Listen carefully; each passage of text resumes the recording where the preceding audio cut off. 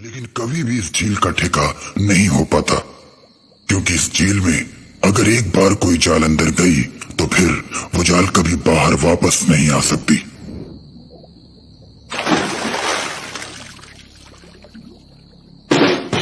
बहुत से ठेकेदारों ने इस झील से मछली मारने की कोशिश की, लेकिन हर बार उनकी जाल अटक जाती और कई मछुआरे मारे जाते।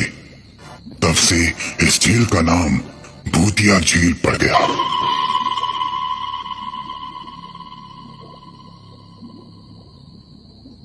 कोई भी इस झील का ठेका लेने की हिम्मत नहीं जुटा पाता, लेकिन उत्तराखंड से आए एक ठेकेदार ने इस झील का ठेका ले लिया और अब बड़ी बड़ी जालें इस झील के अंदर पड़ने वाली हैं।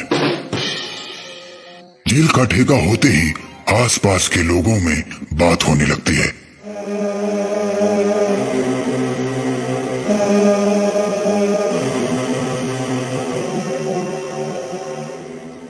अरे भाई देखना, ये ठेकेदार एक भी मछली नहीं मार पाएगा, तो जाल डालते ही उसकी जाल अटक जाएगी। क्यों भाई? क्योंकि इस झील से आज तक कोई भी ठेकेदार मछली नहीं मार पाया, क्योंकि इस पानी के अंदर एक जिन्न रहता है। अरे वाह, तब तो खूब मजा आएगा देखने में। ये बातें करते करते दोनों आदमी वहां से चले जाते हैं।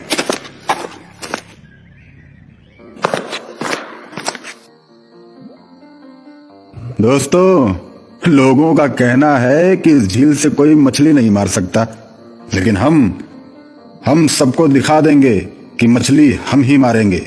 चलो दोस्तों, जाल डालना शुरू करो।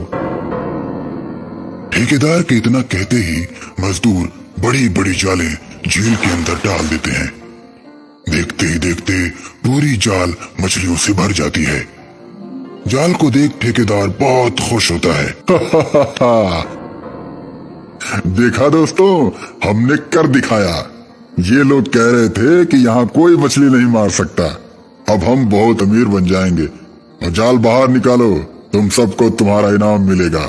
तभी एक मजदूर चिल्लाता है, मालिक, जाल अटक गई, बाहर नहीं आ रही।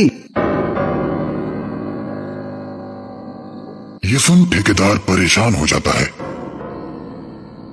अरे झील के अंदर कूदो और जाल को निकालो, देखो किसी पत्थर में फंसी होगी। ठेकेदार की बात मानकर चार मजदूर पानी के अंदर कूद जाते हैं। नीचे जाकर देखते हैं तो जाल कहीं भी अटकी नहीं है। बाहर आकर ठेकेदार को जाल के किसी भी तरह से ना फंसे होने की बात बताते हैं। ठेकेदार गुस्से से आग बबूला हो जाता है। जब जाल फंसी ही नहीं तो बाहर क्यों नहीं आ रही? फिर से जाओ और जाल को बाहर निकालो।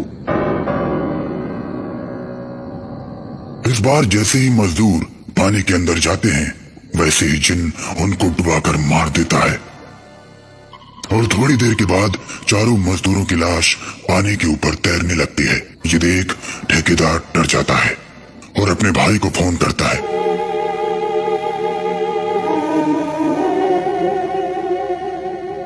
भाई, जल्दी से तांत्रिक बाबा को ये सारी बात बताकर उन्हें जल्दी से लेकर आओ।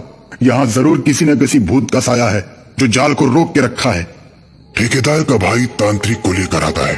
तांत्रिक झील के किनारे बैठकर ध्यान लगाता है और थोड़ी देर ध्यान लगाने के बाद उठता है तो ठेकेदार से कहता है, ये कोई छोटा मोटा भूत नहीं है, ये जिन्न है, जिन्न। ये इतनी आसानी से नहीं मानने वाला। मैं हवन शुरू करता हूँ और तुम लोग जाल डालो पानी में।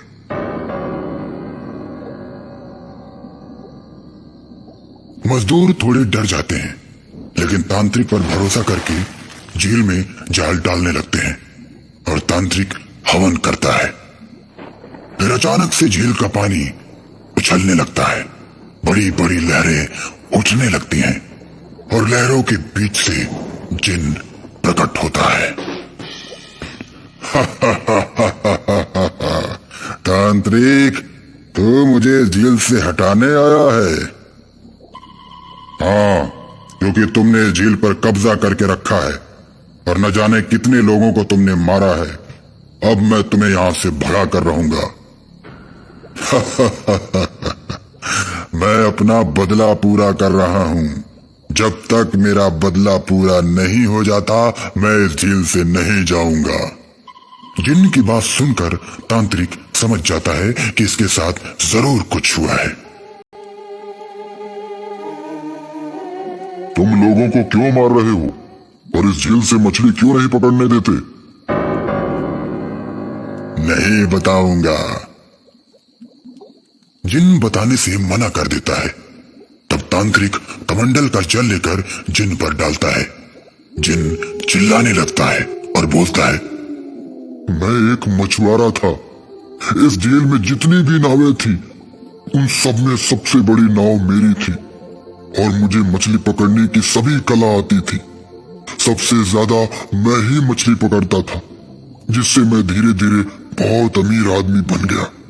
लेकिन मेरे दोस्त मछुआरों को मेरी अमीरी देखी नहीं गई और सबने मिलकर मुझे जाल में बांधकर इसी झील में डुबो दिया और तब से यहीं जिन बनकर रहता हूँ और जो भी यहाँ मछली पकड़ने आता है उसको मार देता हूँ। इसमें मुझे खुशी मिलती है। जिन की बात सुनकर तांत्रिक गुस्से से भर जाता है। लेकिन निर्दोष लोगों को मारने का हक तुम्हें किसने दिया? तुम यहां से चले जाओ। मैं यहाँ से कहीं नहीं जाऊंगा तांत्रिक। तू चला जा, नहीं तो तुझे भी मार दूंगा। अरे जिन, अभी तक तूने तांत्रिक की ताकत देखी कहाँ है? अब देख। तांत्रिक हवन करना शुरू कर देता है। हवन कुंड से आग की लपटें इतनी तेज उड़ती हैं कि जिन को अपनी ओर खींचकर हवन कुंड के अंदर जलाकर राख कर देती हैं।